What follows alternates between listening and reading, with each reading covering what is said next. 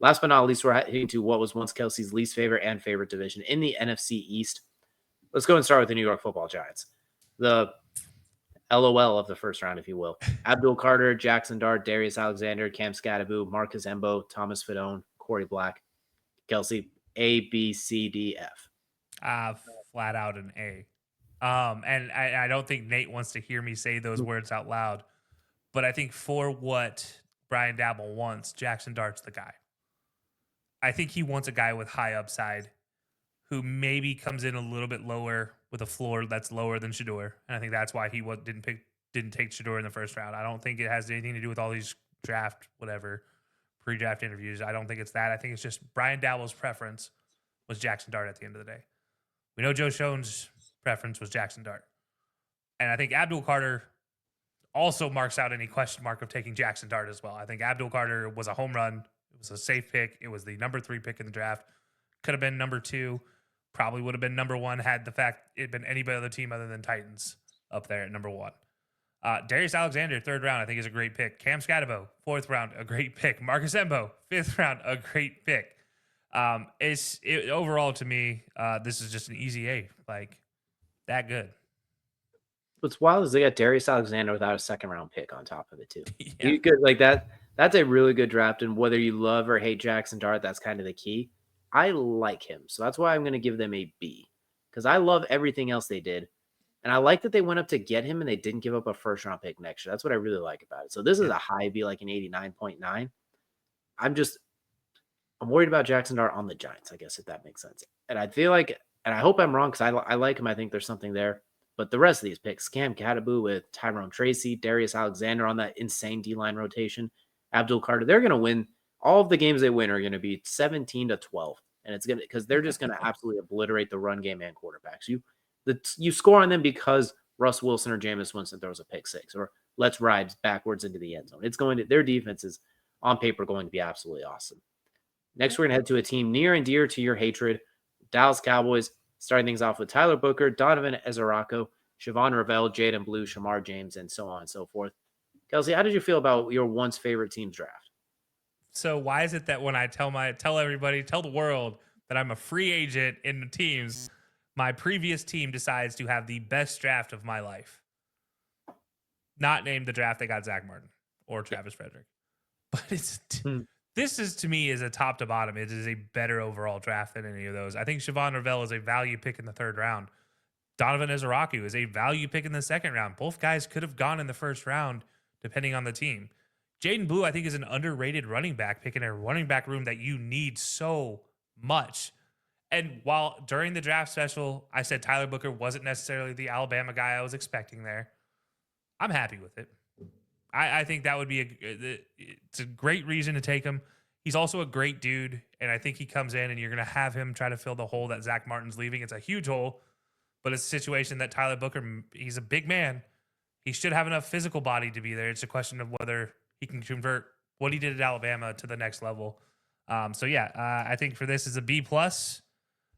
It's just shy of an A. It would have been an A if they could have gotten a running back sooner in the draft before Jaden Blue and to go with Jaden Blue. But I don't know who they get rid of off this list to do that. Maybe you trade some picks in the back end to go higher to get a running back. But yeah, that's the one thing I think is missing is another running back. There's 3 things that the Cowboys do very, very well. Create headlines, draft offensive lineman, and draft offensive lineman named Tyler. And they just added to that list once again. I think he's going to be awesome. He's going to maul people. Donovan Ezerako, as you mentioned, put him next to Micah Parsons. Great, grand, wonderful.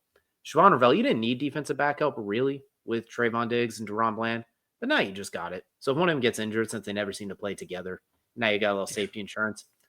I would have liked Omarion Hampton over Tyler Booker, but I can't really argue with this either because what they're saying is Jonte Williams stays healthy, he's going to have massive holes to run through. We don't care.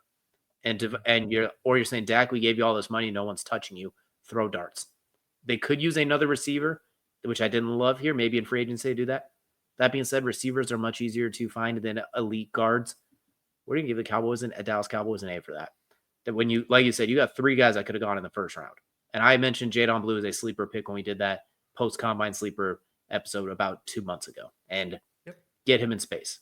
Get him and Kavontae Turpin in space and watch them glide. So, you know what, Kat? you might have to go back to being a Cowboys fan, whether you like, and then you're going to hate it, but you might have to. Yeah, it depends on what these new rivalry jerseys end up looking like. Maybe that's going to be the solidifying factor going into the season, is whatever these rivalry jerseys look like.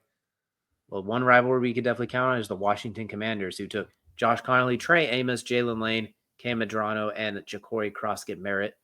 A short draft class, but you know what? With all they did in free agency, they didn't really need a whole lot. Yeah, they did a lot in free agency. Josh Connolly, I think, is a great pick for them. I think that fits for them specifically. Trey Amos, I watched this guy play at Alabama before he went to Ole Miss. He was a stud in that 1 year in Alabama. Ends up at Ole Miss, continues to be a stud. Maybe he might get beat on double moves a few too often for my liking, but I think for an NFL team, Dan Quinn and squad are going to have him absolutely set up to succeed. So I love that pick. But I think after that, the next 3 picks are like, yeah, those are B minus Bs, but I think you only had 5 of them, so I can't give you an A.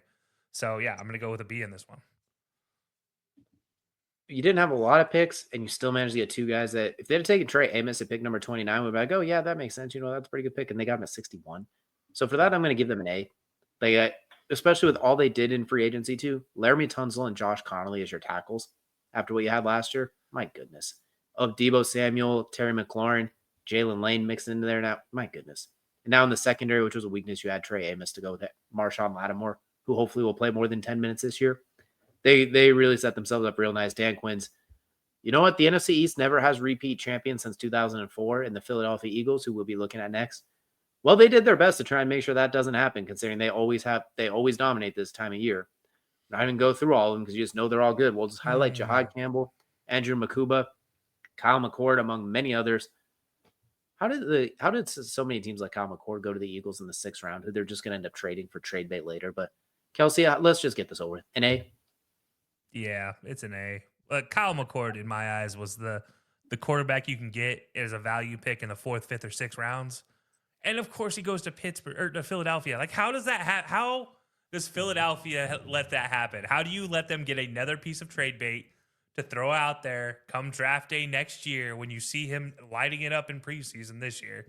Like, come on, guys. What are we doing? We're going to allow the Eagles to continue to dominate the league with draft day trades going to next year? That's what this feels like. And also, Miles Hinton in the 6th round? Dude could have been a 4th or 5th rounder or a 3rd rounder even.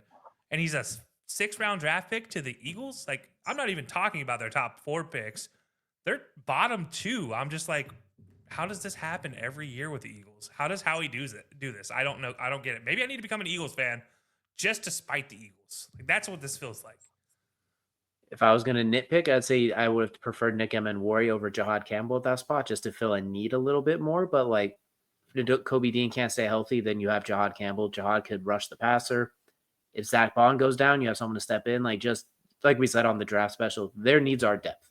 And they got that there. They're going to end up trading Tanner McKee, getting a nice pick, and just having Kyle McCord be their backup. It's absolutely. This is who the Saints should have been looking at in like round 3 instead of Tyler Shuck in round 2. We're going to keep that quick and simple. Just absolutely obnoxious.